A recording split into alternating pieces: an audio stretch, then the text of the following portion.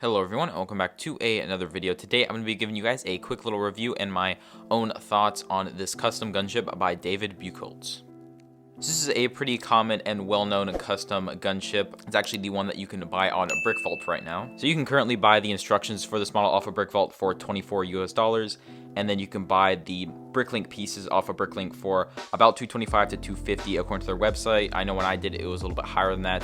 But if you mess with these settings, if you allow worldwide shipping, it will take a little bit longer, but you can definitely get the price to at least that point, if not a little bit lower than that. So I'm not going to be doing an in-depth review in this video. I'm actually just going to be kind of giving you guys the pros and cons for this model according to what I've experienced with it so far. It's really just going to be my opinion on it in hopes that it'll help you guys out in figuring if you are going to buy this model or not. So without any further ado, let's go ahead and get right into it. So let's go ahead and get into the stuff that I like about this model. And so I'm just going to go ahead and start by talking about just the overall design.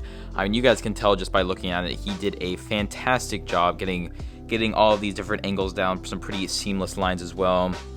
We've got fantastic build up here. Whenever you guys if you ever decide to buy this model, the build up here is fantastic up in this front gun part. I mean, you guys can just look at the model for yourself and see how amazing that it looks. What an amazing job he did in pretty much every single part. Love the way he did the little ammo holders or whatever you want to call them up there. That looks fantastic. Got that rear gun on there as well. And here's another look at the wings. I did actually go for well, I didn't mean to go for this type. You can actually get two variants of the wings. You can get one with a little small glass dome, which is the more kind of common one. This is a way that you can actually put a figure in there, which is more movie accurate, but I did accidentally get this one. I was trying to get the little dome one, but I think this one actually looks fantastic either way, so I might end up switching that out in the future, but for now, perfectly happy with this version. So next, I just kind of want to talk about the overall size and kind of bulkiness of this build, which was one of the main reasons I decided to pick this model over other models that I've seen for my Ambara mock. So this build is actually going to be a little bit smaller than any Lego gunship set that they have ever made, and it is sort of minifigure scale. Obviously, human to the figure ratio is not exactly perfect, so it is not going to be 100% proportional. And like I said earlier, the overall bulkiness is what I really like about this build.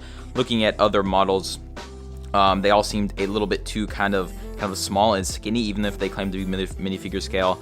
I do like the overall bigger size of this one, especially the wings, how they a little bit wider and go down a little bit further, and then the engines up here as well, which should be a little bit longer and skinnier than what they are right now, and I think that's something that he's going to fix later down the road. But I still kind of like just the overall bulkiness of everything up here, as well as just kind of the main body frame as well. It is just a little bit bigger than other custom models, which I personally like. Makes it look a little bit more menacing than kind of just having a skinny little gunship flying around. So once again, that is something I think you're going to be getting with this model that you won't be getting with any other custom gunship out on the market currently. Another thing I like about this model is the ability to put on kind of these custom attachments to the side of the gunship, which I have not seen on any other custom build. But basically all you have to do is just take off this right here, and then you can attach either this light, which is perfect for Ambara, or this other side cannon that you see in episode 2 with that kind of have the green lasers coming out. So you can easily stick that right in there, and then you've got that attached, and to kind of customize your model a little bit more, kind of make it more changeable depending on what scene you're trying to recreate. So really like that addition. You can't open these doors fully whenever you do have the attachments on, obviously, so that is something that I might have to work around for my Ambara mock, but I like having the ability to attach something there if you want to. Now I guess I'll go ahead and touch on the things that I am not a fan of on this build. And so first, I just want to talk about kind of the abundance of studs over here on the wing.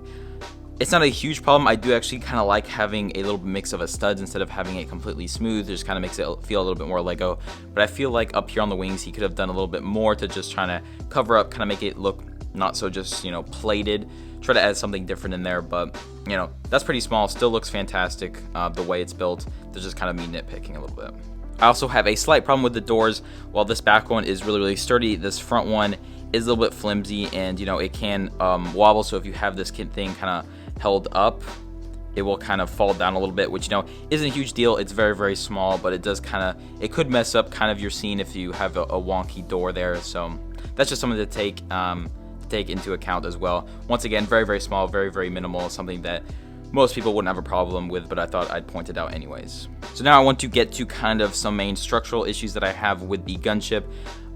Overall, this gunship is extremely sturdy. You can basically pick it up from anywhere. If in the build, you can see there's a ton of Technic up here in the top to make it as sturdy as possible, but I do have a few couple issues. First of all, this back cannon back here that swivels around here, I found that it's very easy for this to kind of break off, and while it will stay in there, it is just kind of free floating, so I've had to kind of take this apart and place it back up to where it's supposed to be a couple of times now. So as long as you're careful with it, it shouldn't come off, but that's one of one of the main things that kind of falls off constantly on this model. So now I want to get to probably the #1 issue that I've had with this build.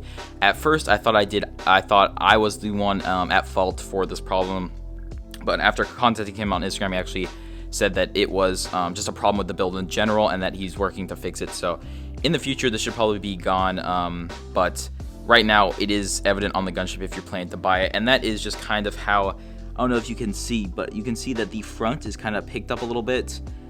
You've moved down, it obviously flattens out a little bit more. That's because the gunship is actually kind of leaning backwards. See, if I actually put weight up here, it seems to you can't tell super well on camera, but it is leaning back quite a bit, and that is really due to kind of the structure back here. Hopefully you guys can see this pretty well, but if you look as I'm pushing up to kind of make this level as it should be, you can see kind of those Technic pieces kind of flex like that. So I'd say that just basically before I put the wings on, it was perfectly fine, but once I put this extra added weight, it is kind of too much for this back area to handle, because this back area is basically being held up by pretty much nothing. Like, this is the only spot connecting it, this kind of really holding up this whole thing.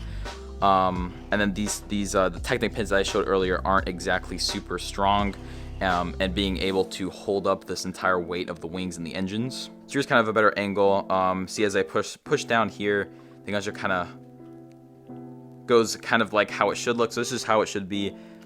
It is kind of very unnoticeable if you just constantly have it like this. You know, it's very hard to notice, but it is there. For me and my purpose, I will be having it kind of floating off the ground anyway, so it won't be a huge problem. But and I think in most areas, if you're just sitting this on a shelf or on a mock in general, it won't be super noticeable. But I definitely do think a better structure back here is necessary, and that's, like I said, he is working on that right now, so that should be coming in a later date. So hopefully whenever you get around to buying this gunship, or if you do end up buying it, he probably will send out some updated instructions on how to fix that. So yeah, I'd say that's my #1 complaint.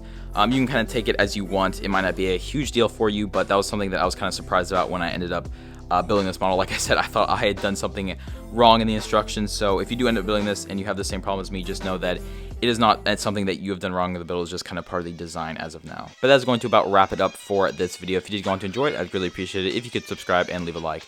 But other than that, I'll see you all in the next video. Bye.